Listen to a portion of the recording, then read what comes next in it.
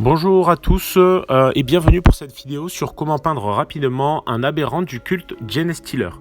Donc vous verrez, cette figurine est très pratique pour s'essayer un petit peu à différentes méthodes, sachant que les éléments sont un peu fondus les uns dans les autres.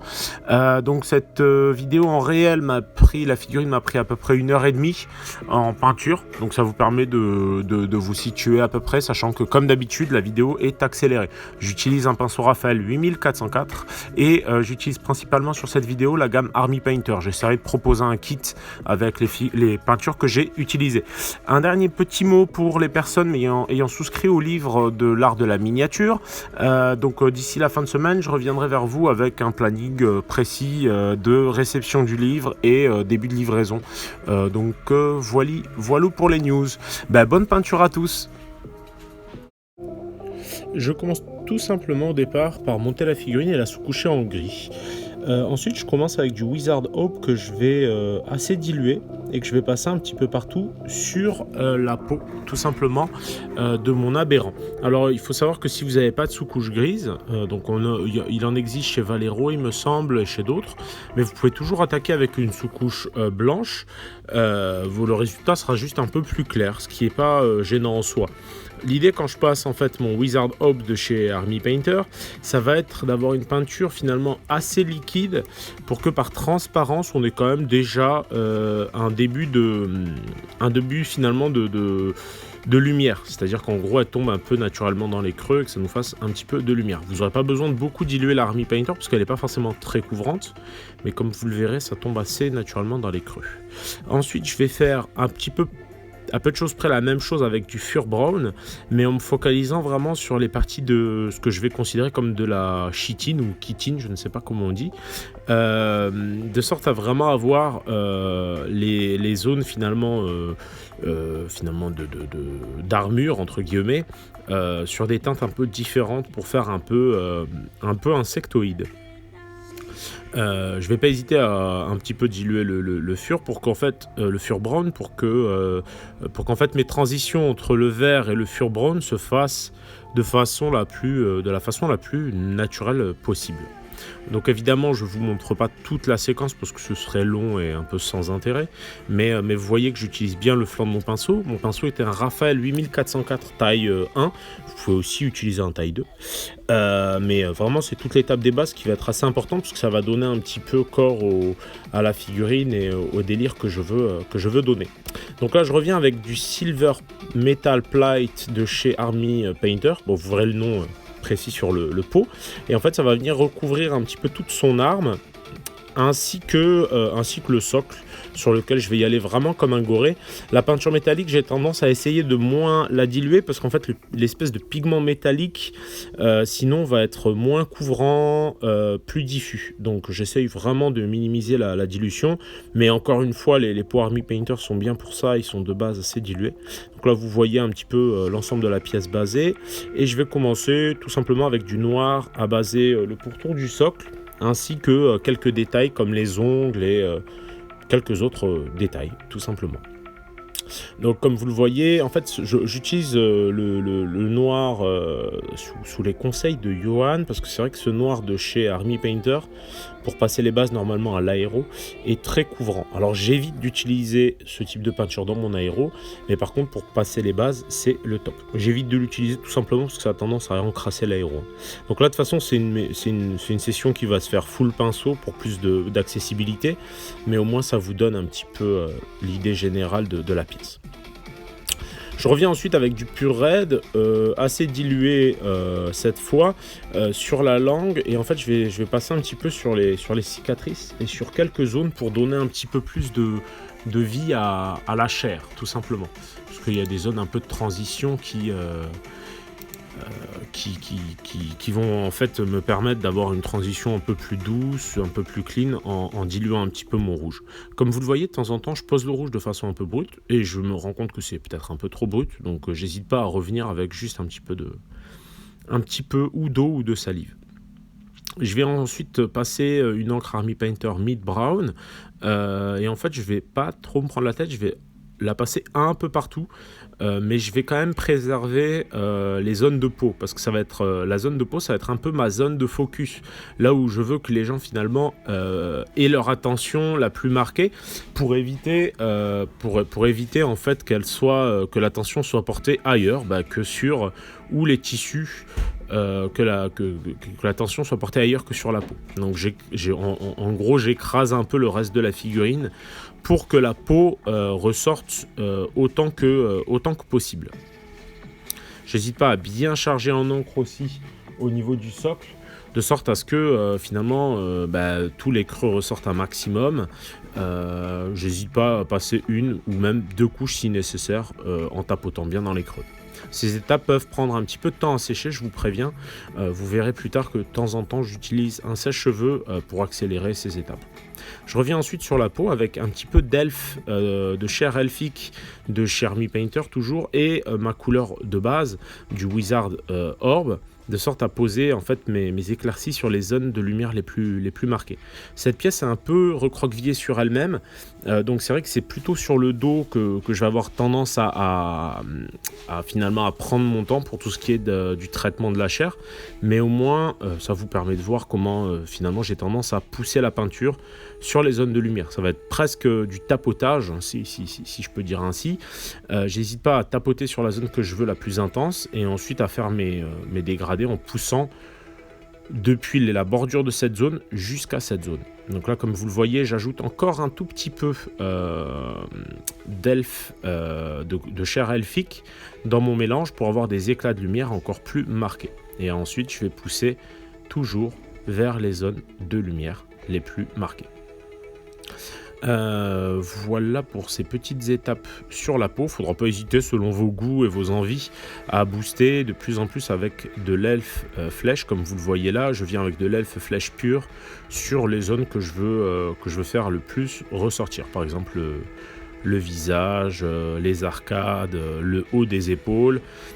Faudra pas hésiter. Vous remarquerez toujours que ma peinture est quand même un chouïa dilué, même si encore une fois, concernant les Army Painter, on va avoir besoin de les diluer 2, 3, 4 fois moins que les peintures par exemple Games ou Prince Auguste, qui sont beaucoup plus couvrantes.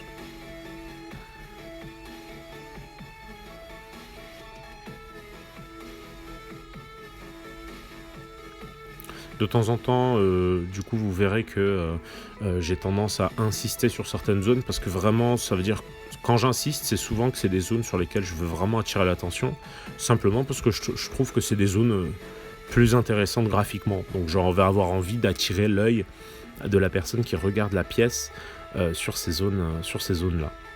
Ces figurines sont super sympas pour un traitement rapide, parce qu'au finalement les zones peuvent se fondre un peu les unes dans les autres, donc on va être moins limité par le fait de devoir toujours démarquer les zones les unes des autres, et pour ça, rien que pour ça, ça permet de bien s'amuser sans trop galérer.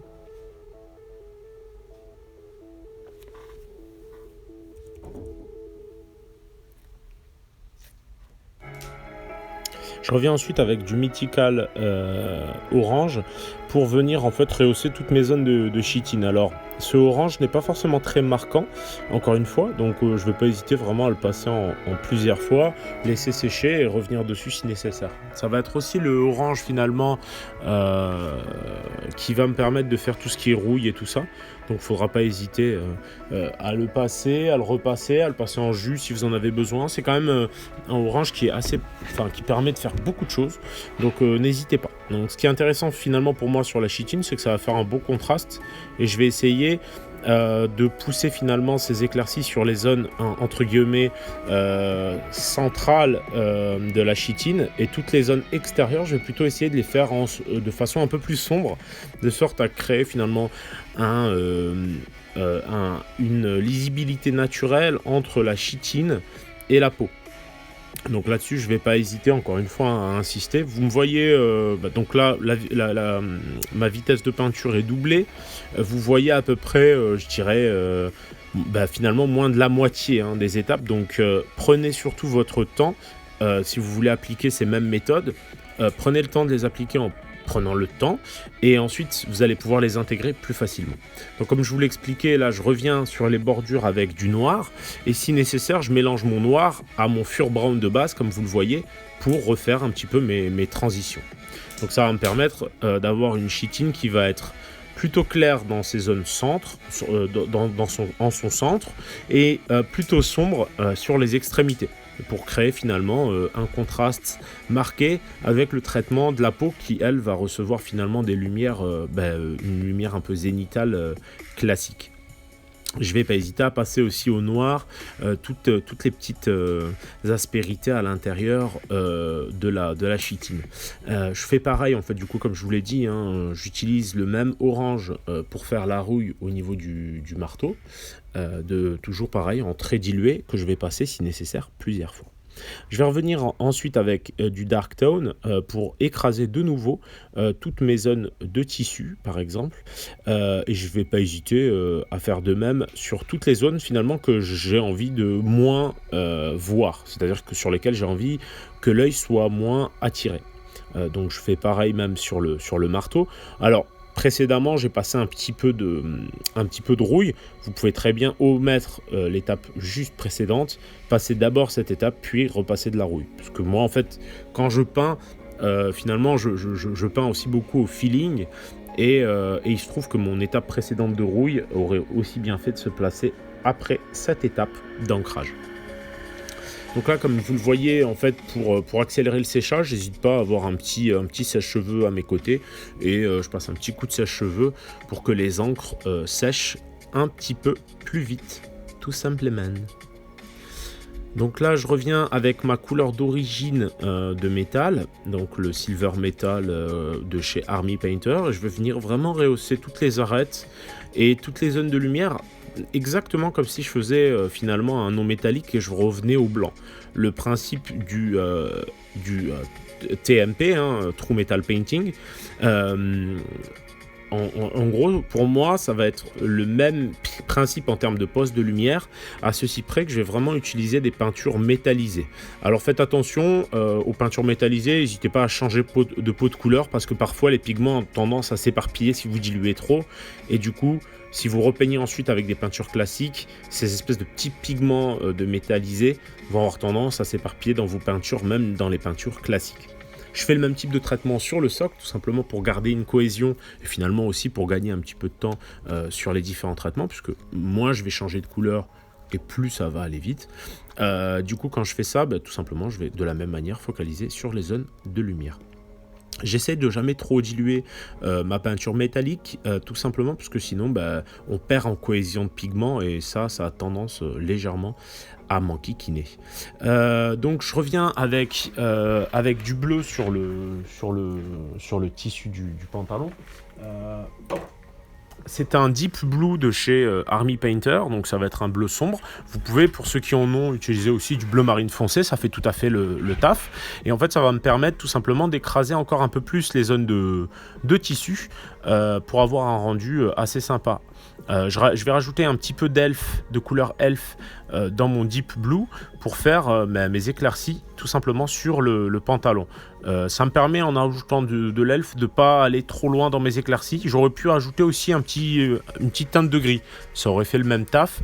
C'est-à-dire qu'en gros j'évite de mettre du blanc, parce que sinon ça viendrait un petit peu en conflit avec le reste de ma pièce qui a tendance à être plutôt sombre dans l'ensemble. Donc comme j'ai pas envie trop d'attirer l'attention sur le pantalon et sur tout ce qui est tissu, je vais me contenter vraiment de l'éclaircir un chouïa seulement. Je reviens un petit peu, toujours pareil, avec mon oxyde, avec mon orange, pour continuer un petit peu d'oxyder ces zones de métaux. Donc là, vraiment, la version de cette figurine, c'est une version rapidement peinte. Je proposerai à tous mes Patreons incessamment sous peu des vidéos d'amélioration, et j'espère avoir le temps de me poser sur cet aberrant pour l'améliorer et pour le booster encore un petit peu, mais je ferai certainement ça plus tard. Donc là, comme vous le voyez avec le orange, j'hésite pas à revenir sur la chitine pour bien démarquer, bien marquer les arêtes, et pour que ça ressorte correctement sur l'ensemble de la pièce. Donc j'hésite pas encore une fois à tapoter ma couleur quand je veux que celle-ci soit très marquée. Et là, avec mon orange, ça va me permettre d'avoir quelque chose qui ressort de façon bien efficace.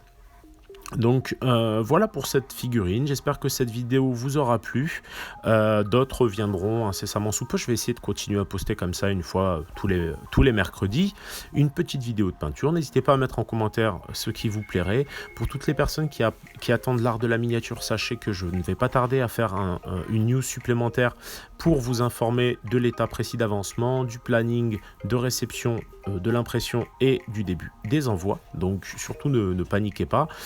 Tout arrive, ça prend plus de temps que prévu, mais tout arrive à son terme.